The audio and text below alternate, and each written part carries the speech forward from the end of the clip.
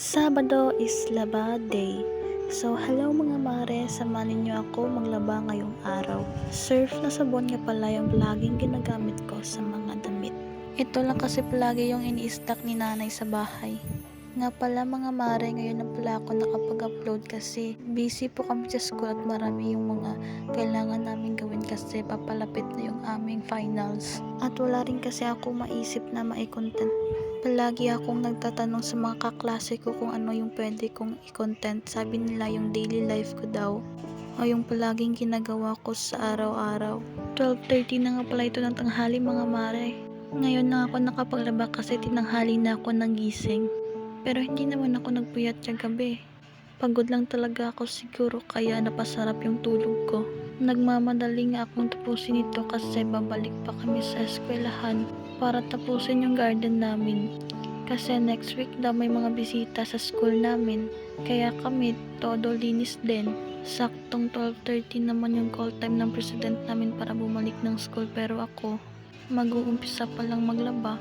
Inuna ko na talaga ito para tumuyo agad kasi hindi kami gumagamit ng washing machine kaya walang dryer. Tinatanggal ko na nga pala yung mga nilabhan ni nanay kasi gagamitin ko na yung hanger. Marami nga pala akong labahin ngayon pero inuna ko talaga yung mga uniform ko. Syempre puti yun eh. Tinatanggal ko na nga sa hanger pero tignan nyo yung itsura ko nakasimangot. Ewan ko nga ba palagi na lang ganito yung mukha ko. Parang galit palagi sa mundo. Kaya hindi na ako magtataka kung bakit tingin sa akin ng iba ay suplada. Kasi nga tignan nyo naman yung mukha. Palaging nakasimangot. Hindi naman inaano yan. 1:30 na nga ito at hindi pa ako tapos. Diyos ko naman. Hindi na siguro ako makakapunta ng school. Hindi ko naman ito pwedeng babayaan kasi wala nga kaming dryer dito sa bahay kasi nasira. So hindi ko ito agad mapapatuyo. Pagpasensyahan niyo na po talaga yung boses ko kasi masakit po yung lalamunan ko at maingay pa dito sa bahay.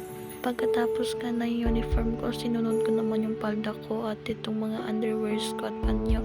Pagkatapos ko isabit yung lahat ng una kong nilabhan, eto. Pinakita ko muna sa inyo yung view kasi ang ganda ng clouds. At magluluto nga rin pala ako ng kakainin ko kasi hindi pa ako nakapag-almusal at nakapagtanghalian. So itlog nga na may kamatis yung lulutuin ko.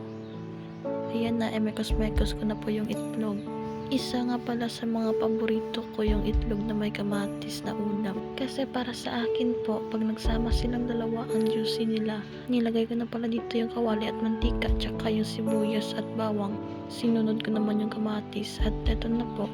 Hindi ko na po binidyo yung paglagay ko ng itlog kasi nagmamadali ako at nagugutom na rin. Siyempre bago ako kumain, papakita ko muna yung labas ng bahay namin. At eto na nga, kakain na po ako. Habang kumakain pa ako, iniisip ko kung pupunta pa ba ako ng school or hindi na. Kasi anong oras na ito eh.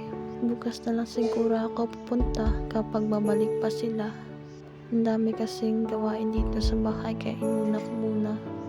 Kesa naman matambakan pa ako. So hanggang dito na lang po tayo. Bye bye!